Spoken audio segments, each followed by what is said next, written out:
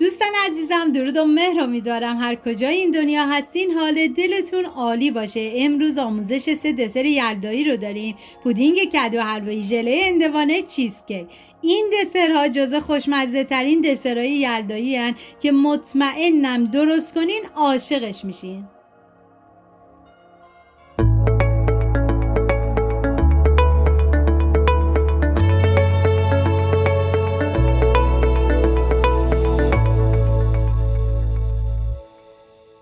دسر اولمون چیزکیک هستش که ما نیاز داریم به بیسکویت پیتیبور که کاملا باید پودرش کنیم و بعد از اون کره رو بهش اضافه کنید و هم میزنیم تا کاملا با هم دیگه مخلوط بشن. عزیزان، من اندازه‌های دقیق تک تک مواد رو براتون داخل دیسکریپشن نوشتم و حالا نیاز داریم به رنگ خوراکی سبز که من به بیسکویت اضافه میکنم و بعد از اون با دست کاملا ورزش میدم. بهتون پیشنهاد میکنم که برای شب یلداتون این دسرهای خوشمزه رو درست کنین که هر کی بخوره مطمئنم عاشقش میشه. و حالا من از قالب کمربندی استفاده کردم. شما از هر نوع قالبی که دوست دارین میتونین استفاده کنین، کاملا سلیقه‌ایه. و سطحش رو کاملا صاف میکنم و به وسیله گوشتکوب دستی کاملا فشردش میکنم و به مدت نیم ساعت میذارم داخل یخچال. حالا توی این فاصله خامه قنادی رو میریزم داخل ظرف و بعد از اون با همزن برقی به مدت 10 ثانیه همش میزنم. ببینید بیشتر از 10 ثانیه نشه.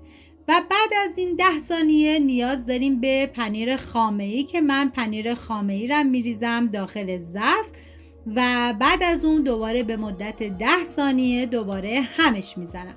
ببینید ما نیاز به پودر ژلاتین هم داریم که پودر ژلاتین رو میریزیم داخل ظرف و آب بهش اضافه میکنیم و میذاریم تا بنماری بشه.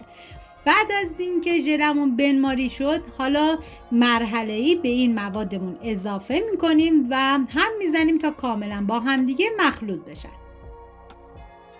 و بعد از اینکه مخلوط شد، حالا ما بیسکویت که به مدت نیم ساعت گذاشته بودیم داخل یخچال خارجش میکنیم و این خامه رو میریزیم روی بیسکویت. بعد از اینکه خامه ریختید دوباره سطحش رو کاملا صاف کنید و به مدت 2 ساعت و نیم بذارید داخل یخچال.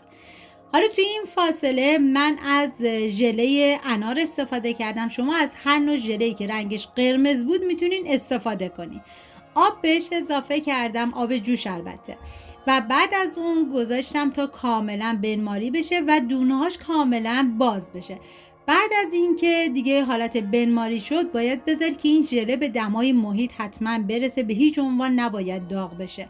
و بعد از 2 ساعت من چیزکیک رو از یخچال خارج کردم و این ژله رو میریزم روش و بعد از اونم با دونه‌های انار تازه کاملا سطحش رو پر میکنم که این دونه های انار کاملا سلیقه‌ایه، از هر چیزی که دوست دارین میتونین استفاده کنین، ولی چون این دسرها برای یلدا میتونین استفاده کنین از انار استفاده بشه خیلی بهتره.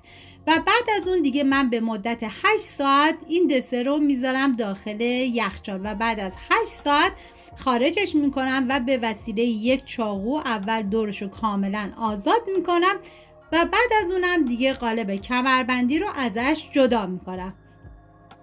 امیدوارم که این دسر خوشمزه رو درست کنید. یه چیزکیک واقعا عجیبی بود. ببینید حتی میتونید اون لایه زیر بیسکویتش اگه میخوان پهن‌تر بشه میتونید از بیسکویت بیشتری استفاده کنید. حالا من اندازه ها رو مینویسم، شما بر اساس تعداد نفراتون میتونید بیشتر هم بکنید. بعد دسر بعدیمون ژله هندوانه هستش که من از ژله انار استفاده کردم و آب جوش بهش اضافه میکنم، هم میزنم و میذارم تا کاملا بنماری بشه. بعد از اینکه بنماری شد و به دمای محیط رسید، ببینید بعد از اینکه بنماری شد حتما باید دمای شیر با دمای ژله یکی باشه، اختلاف دما نباید داشته باشن. حالا کاملا هم میزنم تا با هم دیگه مخلوط بشن و بعد از اون ببینید اگه دوست دارید که ژلتون قرمز رنگ بشه، پر رنگ تر بشه، از رنگ خوراکی استفاده کنید، وگرنه میتونید اصلا استفاده هم نکنید. هم میزنم تا کاملا با هم دیگه مخلوط بشن و بعد از اون من از این قالبای ناودونی استفاده کردم. قیمت زیادی هم نداره، میتونید با روغن اول با چربش بکنیم و بعد از اون ژله رو میریزیم داخل ظرف. ببینید ژله هم که ریختید داخل ظرف باید بذارید داخل یخچال فقط به اندازه که نیم بند بشه، یعنی نباید سفت بشه. حالا توی این فاصله میریم برای ژله بعدیمون که دوباره ژله رو میریزیم داخل ظرف و نصف لیوان آب ما نیاز داریم که 3 قاشق غذاخوری ازش آب رو بر میداریم و الباقی رو به ژله اضافه میکنیم و بعد از اون هم میزنیم و دوباره باید بذاریم تا این ژله بنماری بشه. بعد از اینم که بنماری شد باید بذاریم که این ژله به دمای محیط برسه و دمای ژله با دمای شیر باید کاملا یکی باشه. بعد 4 قاشق غذاخوری شیر من بهش اضافه میکنم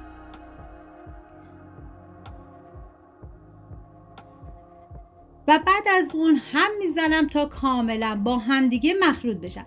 ژله اولی که گذاشتیم داخل یخچال که گفتیم حالت نیم بند بشه رو خارجش میکنیم از یخچال و این ژله رو میریزیم روش و بعد از اون دوباره باید همین ژله رو بذاریم دوباره داخل یخچال تا این ژله هم دوباره نیم بند بشه. ببینید اگر بذارید که ژله‌تون خیلی دیگه بسته بشه، سفت بشه، ژله ها از هم دیگه جدا میشن. برای همین میگیم باید حتما نیم بند بشه. و میریم برای ژله لایه آخر که من از ژله طالبی استفاده کردم و دوباره آب جوش بهش اضافه میکنم و میذارم تا کاملا بنماری بشه و بعد از اینکه بنماری شد دوباره این ژله رو مثل ژله های بعدی حتما باید بذارید که به دمای محیط برسه و اگرم دوست داشتید میتونید مثل من از رنگ خوراکی سبز برای پررنگ تر شدنش هم استفاده بکنید. حالا هم میزنم تا کاملا با هم دیگه مخلوط بشن و بعد از اون دوباره شیر که دماش با ژله کاملا یکیه 3 قاشق غذاخوری من بهش اضافه میکنم